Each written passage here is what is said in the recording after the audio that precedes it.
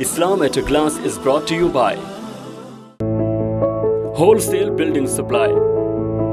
تعمیراتی شعبے میں معیاری میٹیریل میں قابل اعتبار نام. ہفتے کے 7 دن نیو یارک کے 5 بوروز میں quick delivery. Wholesale building supply کا دعویٰ, قیمت کم, کوالٹی اعلیٰ. Phone number 7188714500 890 Coney Island avenue, Brooklyn, New York.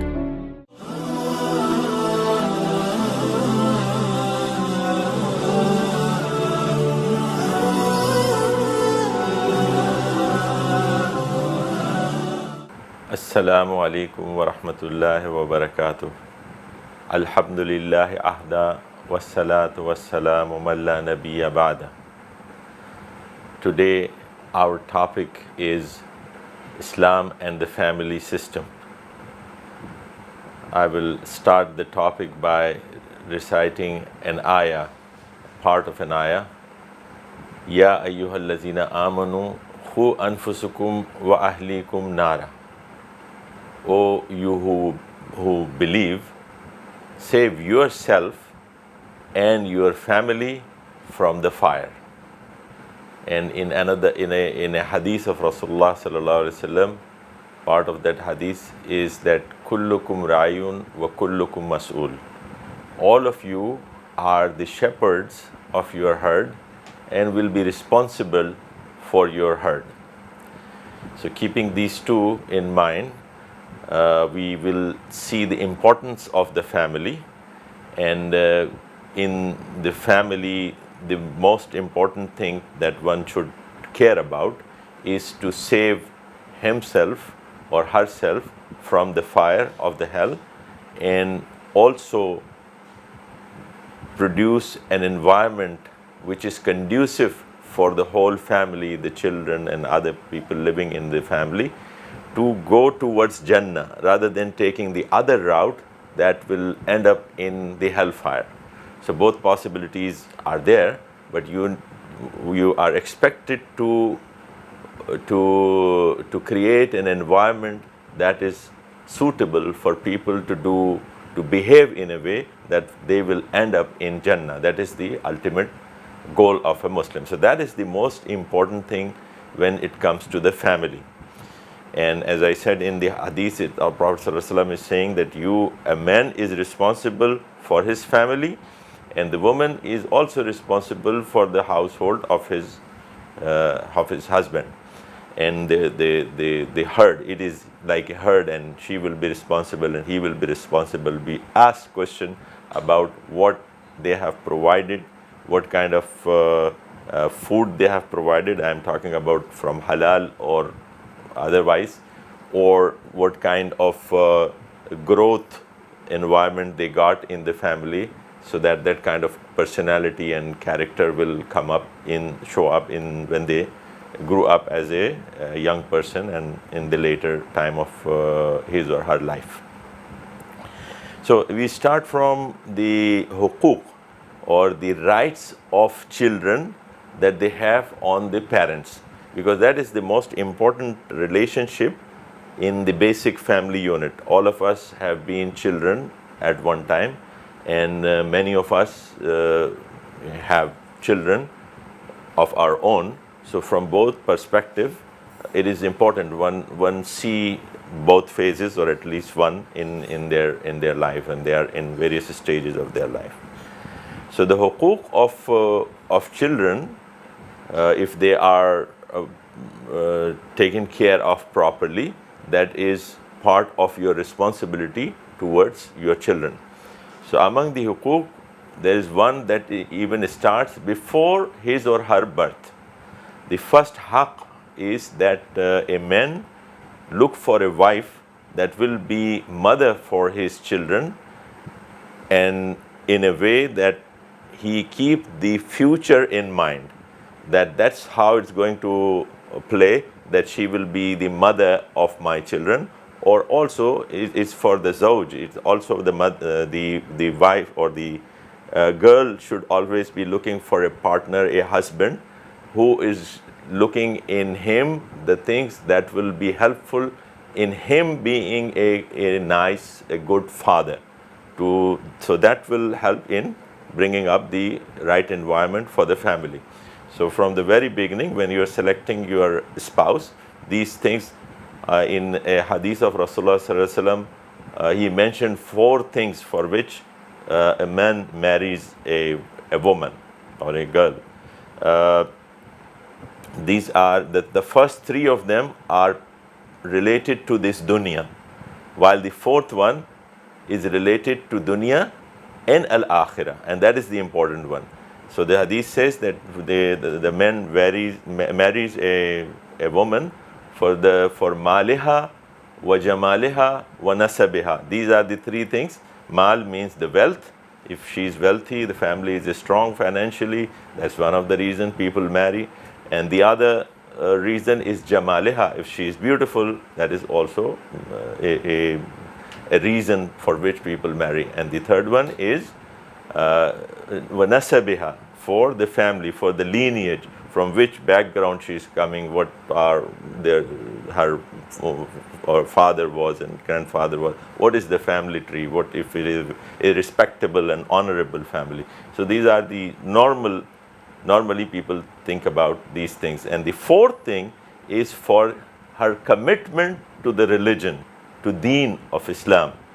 And that is the one which applies in both areas, in this dunya and al-akhirah. In this dunya, because it is going to help in the way she is going to run the family, she is going to be part of the family and bringing up the children in the right way. If she doesn't have these concepts with her of religion, of obedience to Allah, of following the instructions of Allah and His Rasul, then you will lose that part. So, and also it's going to matter in the akhirah. So for akhirah and this dunya, this 4th reason is important. It is not that you should only look for that reason. It can be a combination of the others as well.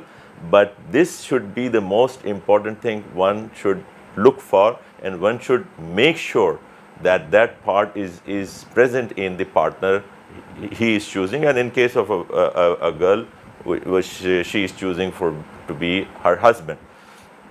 And when you look for these qualities in a girl, don't look for surface checkpoints, I should say. Like, oh, this is a sister who wears niqab or hijab, or she prays, or these are good things. It should be present also. But you should be even more knowledgeable about the person, about her ethics, about her morals, and understanding of the deen in general. It's not just the superficial things. So it's important that when you are choosing a partner, you should know about not only her or him, but the family of the going to be spouse. That is important, that in which environment she grew up.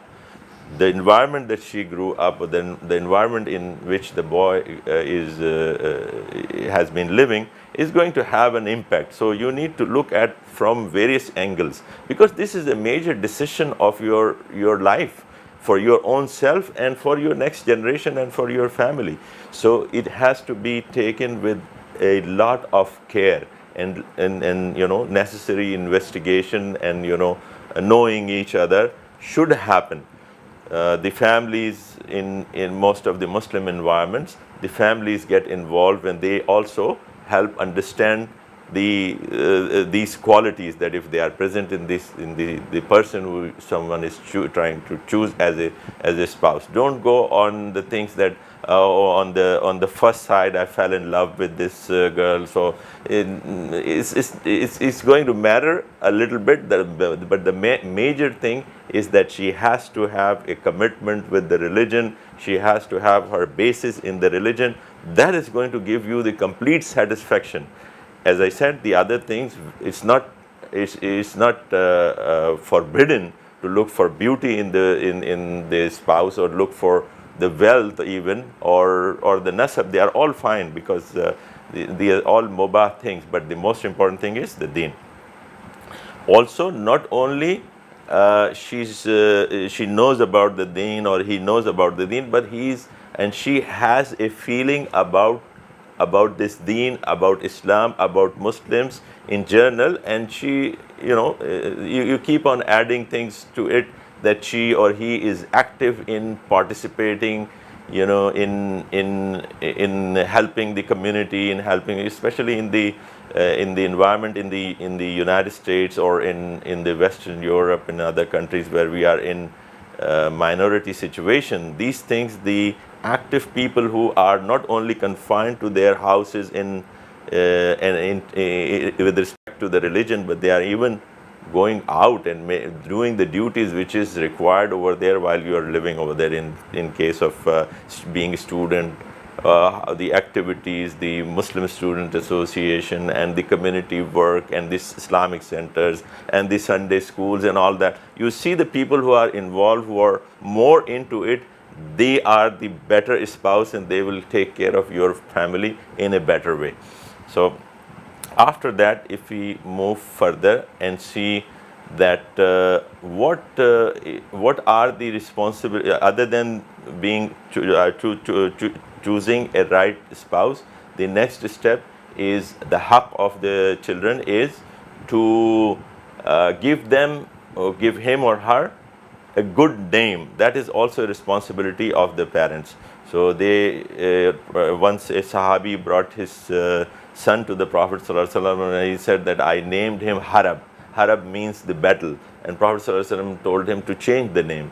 And there is a saying in Arabic, al-ism bil-musamma. That means the way you name somebody, he is going to have those characteristics in him. So it is recommended by Prophet ﷺ to give good names to your children.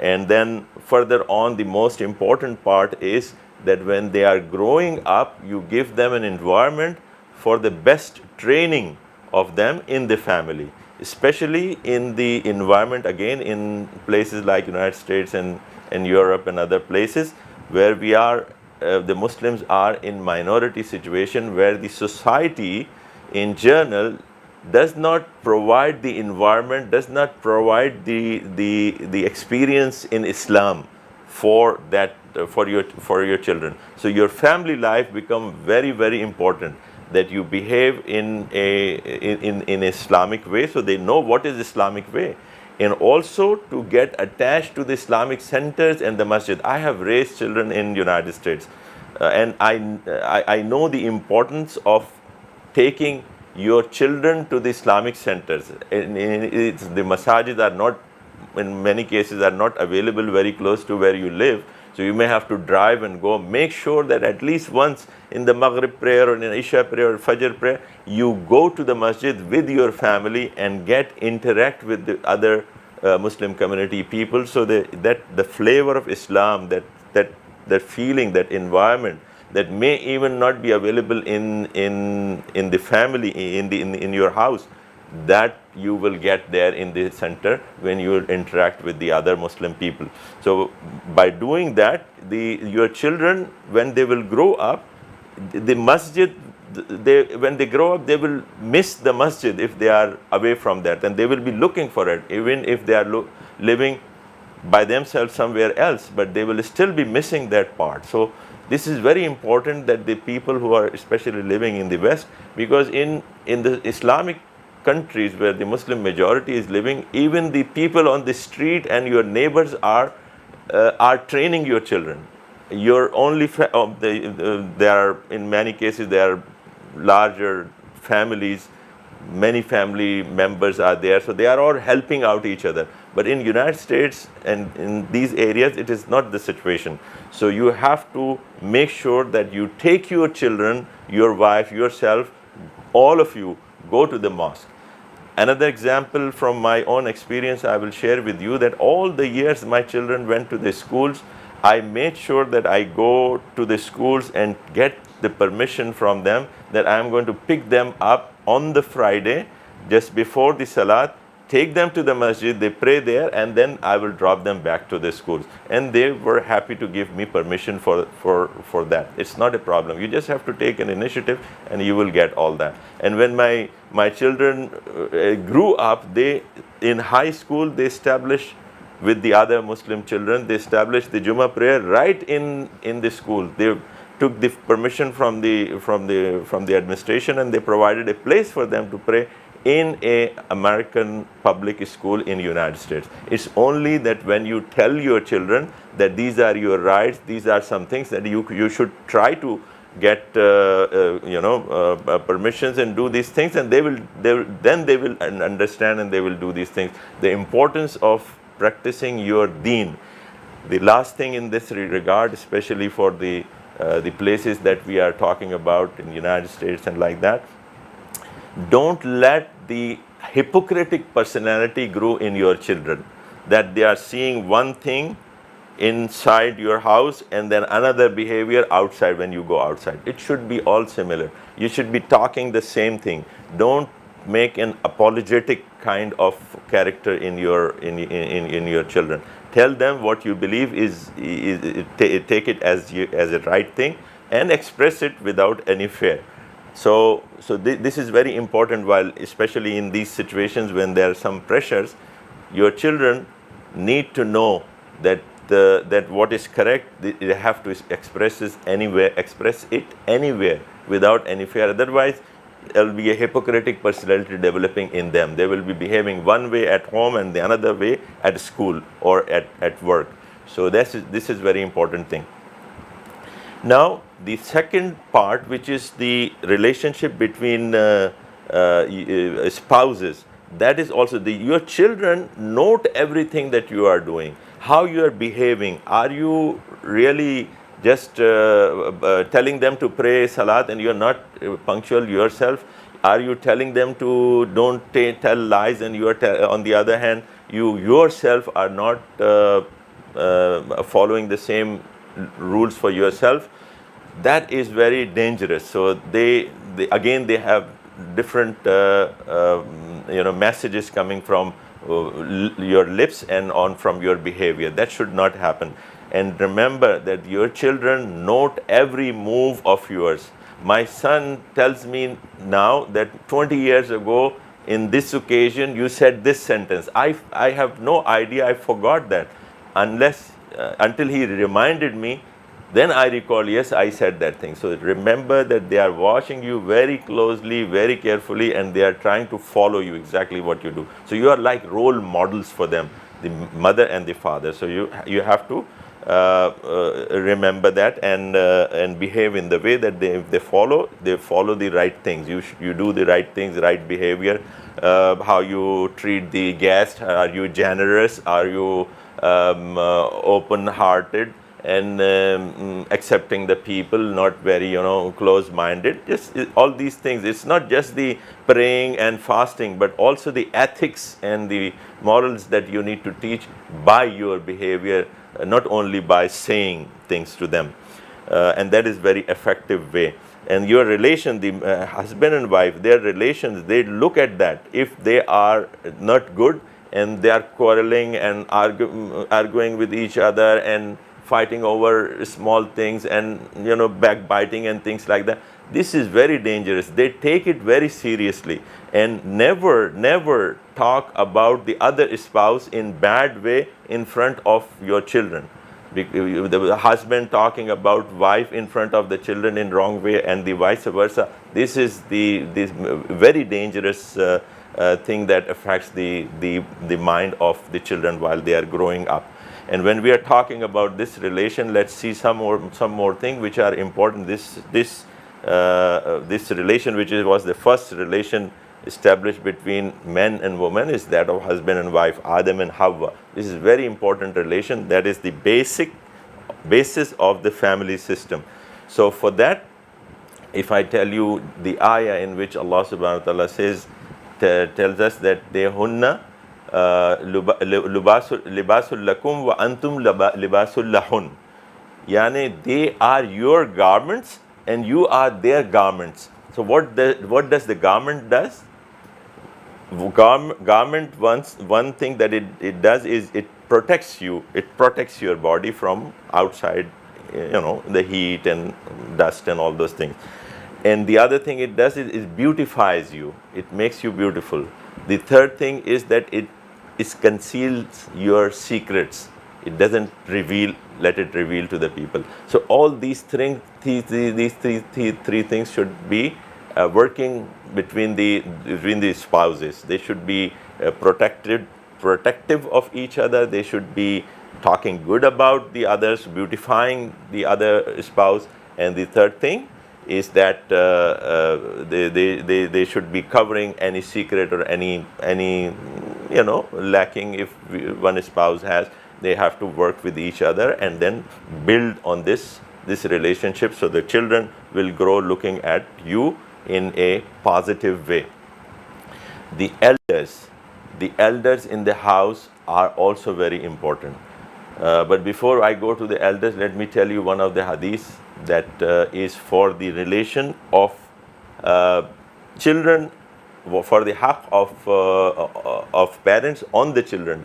وَلَا تَكُلُّهُمَا uffin. The ayah of Surah Al-Isra says that don't even say uff to them.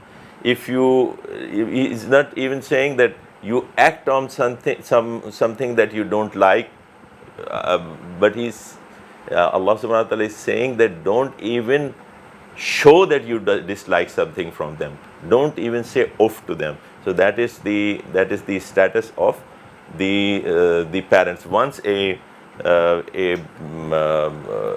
person came to Prophet sallallahu alaihi wasallam and he complained about his son, and he said that he is disobedient to me.